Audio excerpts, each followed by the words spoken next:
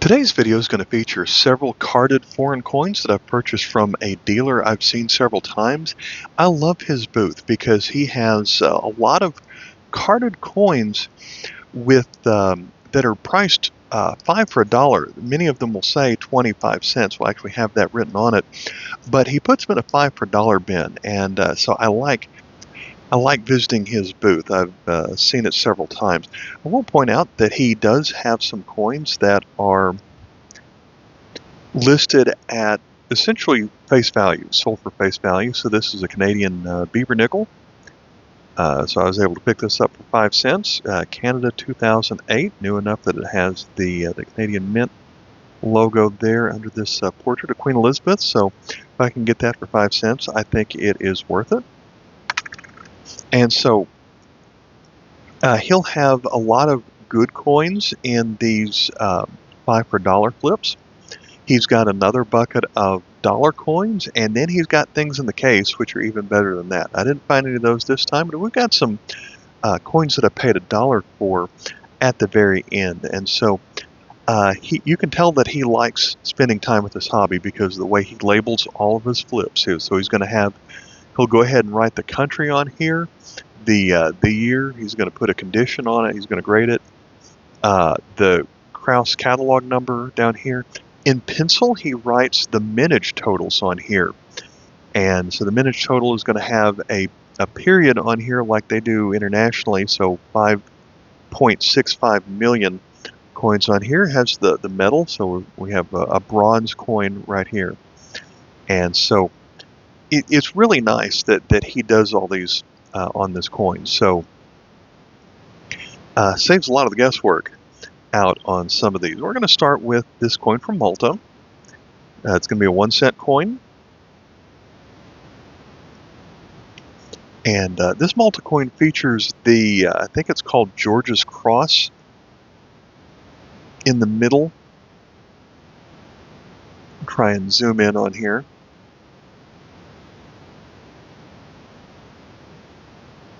Then we'll take a look at the back here. So I got this one to be an upgrade, so I like that one. Now, I can tell that he certainly does look up the value of these coins because there's nothing in here that's, for the most part, I've never found anything that had a high book value in his quarter bin, so he knows exactly what he has. But still, there's a lot of coins that, wow, that's only 20 cents. You know, that one doesn't have a lot of value. I'll buy that every time, type thing. Now, this one's not that particularly rare, but it is a Hungary 20 filler coin. So it does have a little bit of a goo on this one, which is probably knocks it down a little bit, but very fine. The catalog says it would book for $1.25. So I'm going to have to take a little bit of the value off because of the goo that's on here. But he even notices which variant of Hungary this is. So it's the People's Republic days that you'd see in 1964 on this aluminum coin. So if you found this one in mint states 60 in uncirculated condition, it'd have a book value of $10. This was made copper nickel from 1966 to 67. So it actually went from aluminum to that, and then they reduced the size of it in 1967 to 1989. We'll move to Turkey, and we've got a 25 kurus coin. If I were to have a problem with the way he's written these out, it's that he abbreviates the denomination on here. So 25K stands for 25 kurus on this Turkish coin.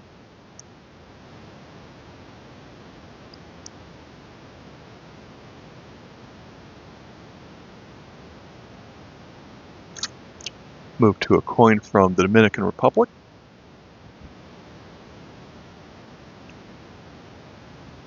This coin features an ox cart. And this one it says is KM71.2. The .2 is relates to the beads that go around the edge of the coin here, so outside the words. There's an older version of this coin that does not have the beads that go around it. Then on the other side we have the Dominican Republic crest.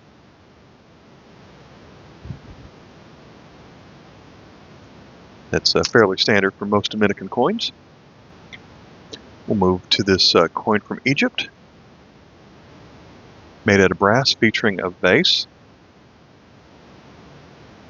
Yeah, the catalog just calls this a decorative vase, but it is a one-year coin.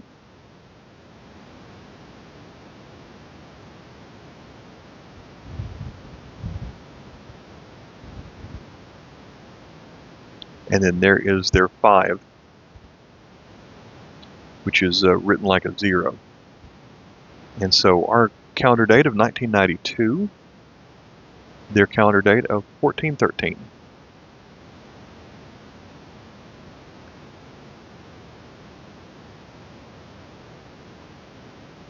Now we'll have a coin from French Indo-China.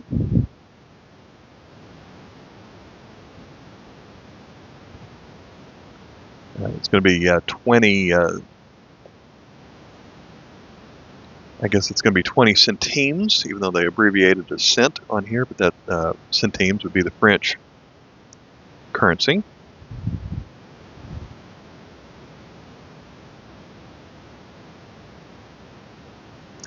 And then this one is, there's a lot of similar looking coins. So this one is KM 29.1. There are 3 versions of this coin. 0.2 and 0.3 have a B or a C mint mark, but since this one does not have a mint mark but has the Paris privy marks, it's easily the more common one. If you found the one with the B mint mark in uncirculated condition, it would have a catalog value of $25. And also all these coins of catalog KM 29 were all made in 1945. They had a very similar looking coin in 1939 to 41 that was made in both aluminum and in nickel. And I think there's even a variation there where it has a couple of dashes on either side of the date.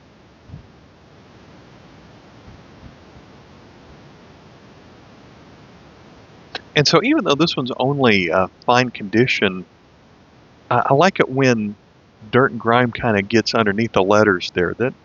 In my opinion, that gives it better eye appeal. So that's one of the reasons why I picked this one up.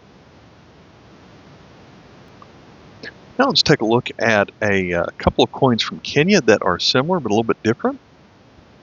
This one's catalog KM2, so this is one of the first coins ever produced by Kenya. There is a 5-cent coin that is similar, made of copper nickel and smaller.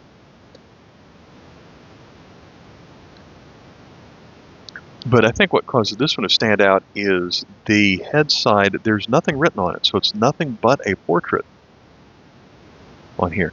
Now, unfortunately, I think this coin is clean. You can see a lot of scratch marks going through it. But then let's move to this other one. I think the reverse is the same. KM11, so this one's a newer coin from 1977. So it's the same portrait as the last one. Still looks like it has the same cleaning marks on it.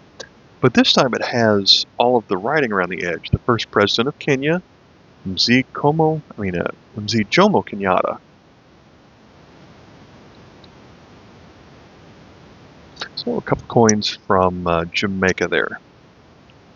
Move to this coin from Peru. This is during a short-lived currency called the Inti.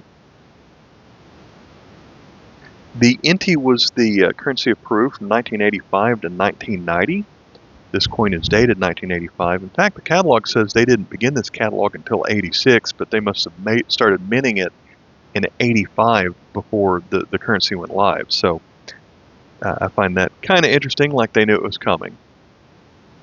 But I believe all of the coins from that time feature the same verse here of Gran Almirante Miguel Gaulle.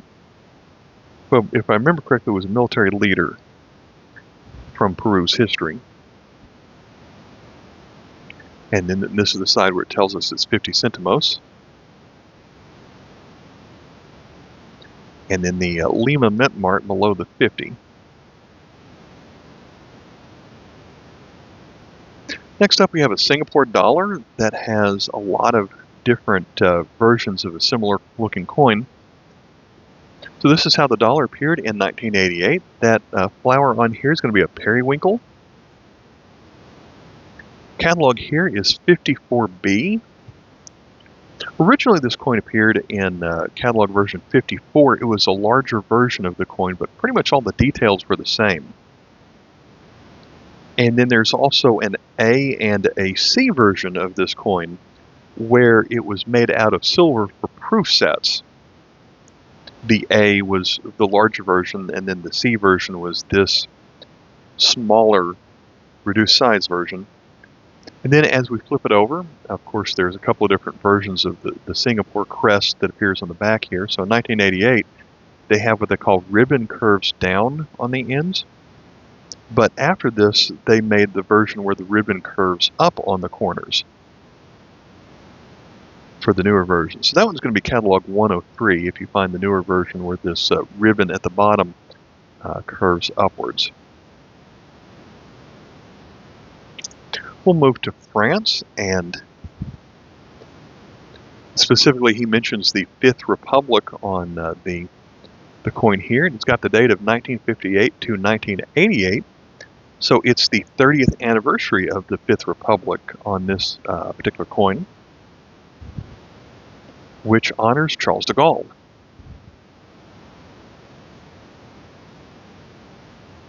And I've actually been surprised with a lot of the circulating commemorative coins. This one's been pretty easy to find compared to a lot of the other ones, including one coming up the very end of this video. Next, we'll move to this 50-cent coin from Indonesia.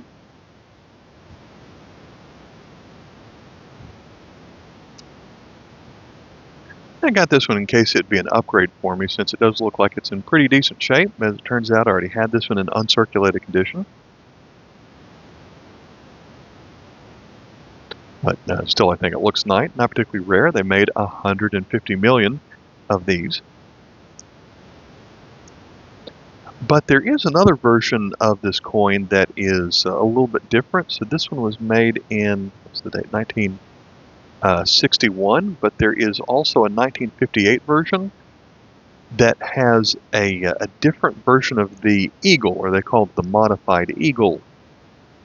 And so just by looking in the catalog, I can't tell what the differences are. But it is one thing to keep a lookout for. So the next coin on here is from Hungary, and I actually found 3 of them.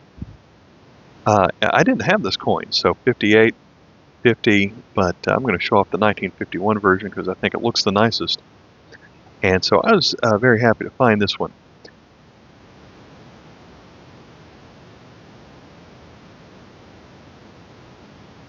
Turn it like this.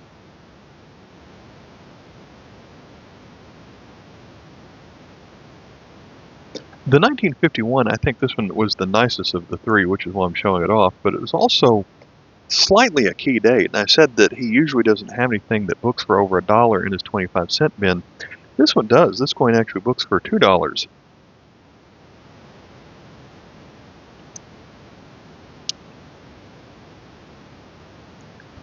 So this side just says 2 forint. There is the BP dot for the Budapest mint mark. We come back over here. In the middle here, underneath the star, we have, I guess that's a hammer and some wheat.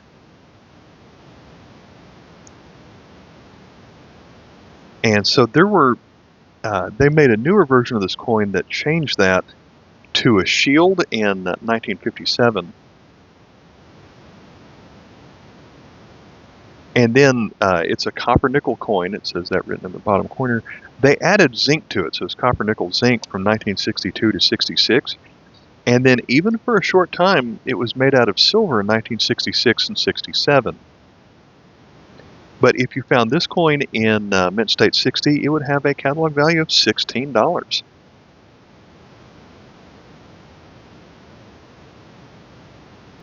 I always like finding this coin for, if I can find this in a quarter bin, I always pick it up. This older 2 lira coin from 1940. This one's made out of stainless steel. And it is catalog 78A. His A sometimes looks like a 2. That's the way that A looks printed, but very few people actually write their A's that way, just as a side note. But so it's stainless steel. The other version is also stainless steel, but this is the non-magnetic version. The other stainless steel version is magnetic, and so I've got a magnet here, and it's not sticking to it at all. So I think they pretty much have the same price in the catalog, but I tend to always find the non-magnetic version. And then on this side we have Vittorio Emanuele III.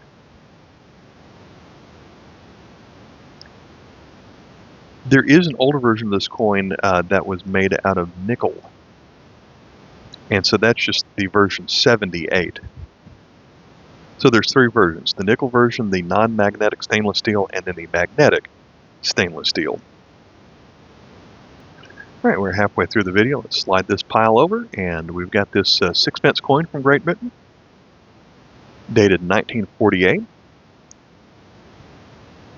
This coin would have been made out of silver until 1946.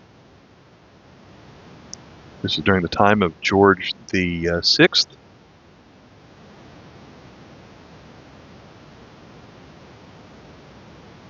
And then it had a modified legend in 49 to 52, since no longer ruling over India by that point. So this was a 2-year coin in 47 and 48.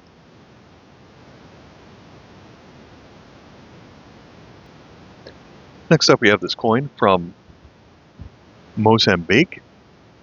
He wrote Colony Republic on here, and that's because this was a country under the rule of the Portuguese at the time. So it's got the 2.5 escudo design that a lot of the Portuguese colonies had at the same time.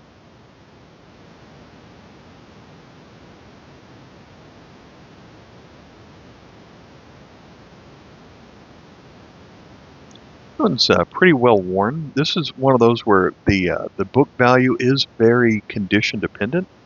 So this one's in fine condition, and it is worth about what I paid for it. However, if you found it in uncirculated condition, the book value says it's worth $9.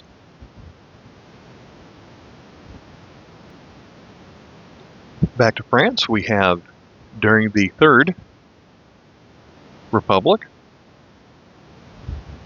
this aluminum bronze version, coin 886. Use a felt tip pen, kind of hard to read on here. But it is a 2 francs coin in fine condition. 1935 is the key date of this coin. Later on, this coin was made out of aluminum, and then there are also versions with the B and the C mint mark, which are also a little bit rarer. Next we have a coin from Brazil.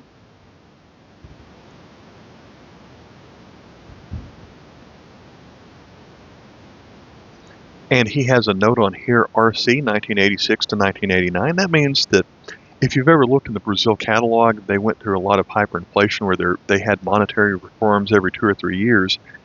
And so the cruzados lasted from 1986 to 89. And that's what we have here, 10 cruzados. This one is from 1988. Here we have a coin from Ceylon, 10 cents from 1944. And of course, I like the scalloped edge design of this that you don't find on American coins, which is one of the reasons I like world coins, is because you see things that you don't see in America. Of course, you don't have brass coins in America either. But I also like how the words are kind of cut into the number 10 on here. I like the look of that. And this one is in very fine condition. You can still see that pretty clearly. So I like that design. And then, so again, we've got King George the Sixth on here. And like I mentioned earlier, it wasn't too far after this that the British no longer controlled India. So this coin was a one-year coin, and the next time they minted a 10-cent coin was 1951. By then, they had already removed Emperor of India off of the coin.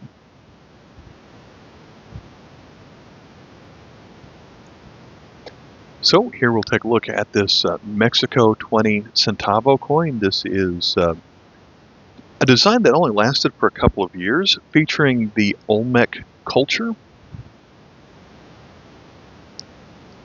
So, of course, circulating Mexican coins are not very valuable. However, since this one only circulated for 2 years, it's not one that you really see quite as often, which is why I picked it up. And so this one was made in 1984. It's also made in 1983. And then we flip it over, and it's got the design that we're used to seeing from Mexico coins. And we're going to have a coin that's a one golden coin from the Netherlands Antilles. So again, he wrote colony on here because it's an area ruled by the Netherlands. The metal that is on this one, AUST, they call this aureate steel. So I forget exactly what aureate is, but it's not all that much different than brass, I don't think. We flip it over, we have Queen Beatrix.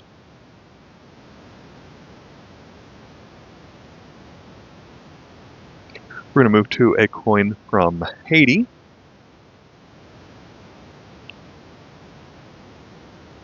This one's going to be a 50 centimes coin, since it has the French currency.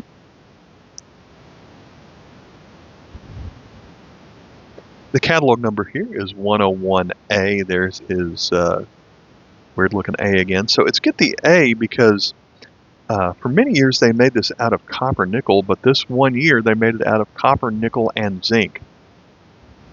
I've always thought that when they added a copper, nickel, zinc mixture, it almost gives the coin a silver look, but it's certainly not silver.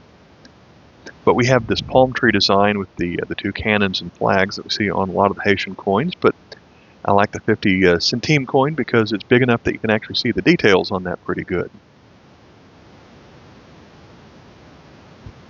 And then we flip this one over, and a lot of the Haitian coins will feature the current leader, which in this case is President Jean-Claude Duvalier.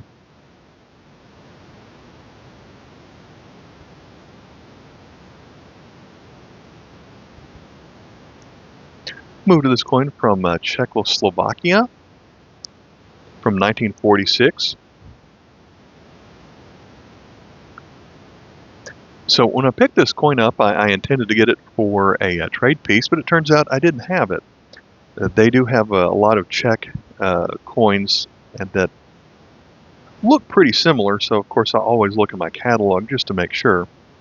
But right after World War II, so he has a post-war coinage written on here. But this one was only made in 1946 and 47, and then the coin was changed to something made out of aluminum. Enough changes that it got a different KM number. But we see this design for the one Coruna lasted for several years, over several coin designs. So a lady threshing wheat. We're going to move to a coin that's in my catalog listed under Vietnam. But specifically it's listed as South Vietnam, where some of the first Vietnam coins, and there's only 3 coins they made during this time of South Vietnam democratic state. This is the first one.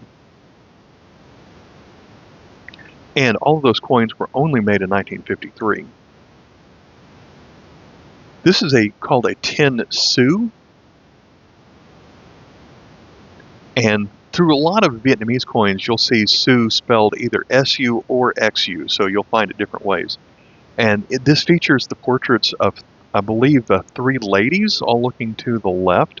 I don't think they are anybody in particular.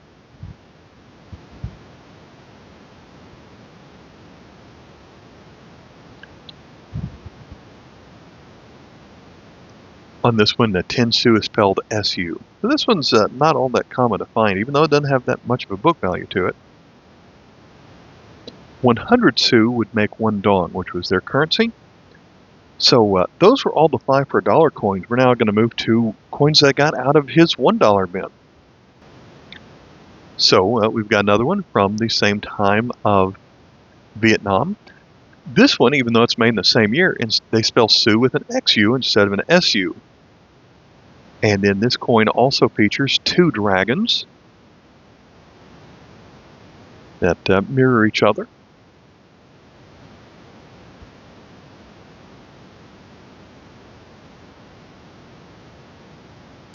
So again, we have the 3 portraits on here, except instead of all facing to the left, they're facing different directions.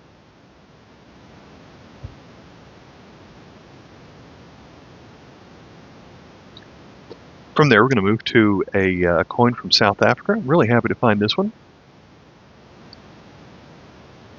This is a 1 rand coin. I'm going to drop my notes. Got to pick them up.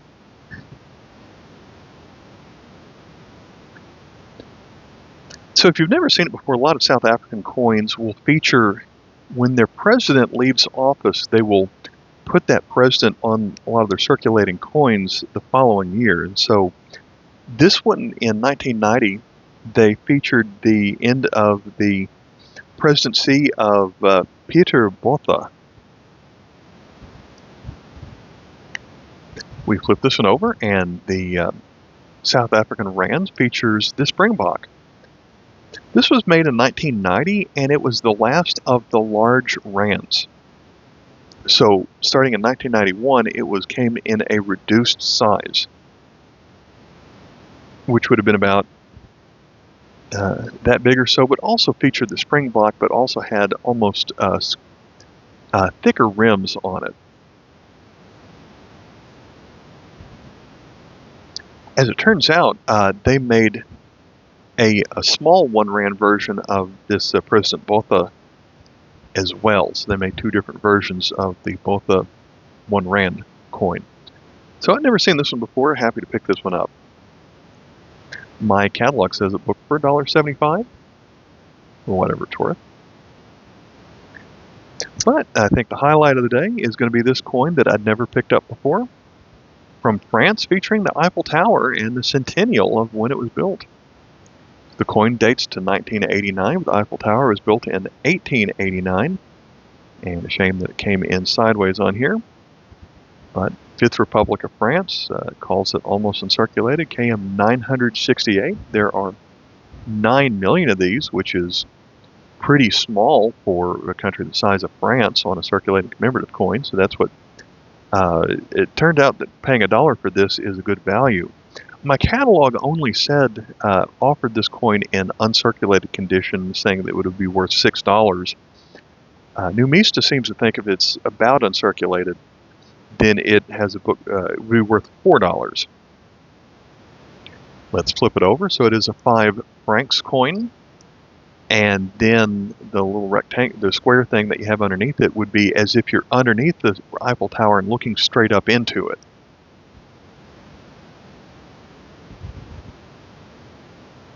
We've got the Parisian privy marks of the cornucopia, and that one's a dolphin for the Mint Master. Since this was a commemorative coin, you can also find silver, gold, and platinum versions of this particular coin. But I certainly think this one is the highlight, and to get it at a pretty good price.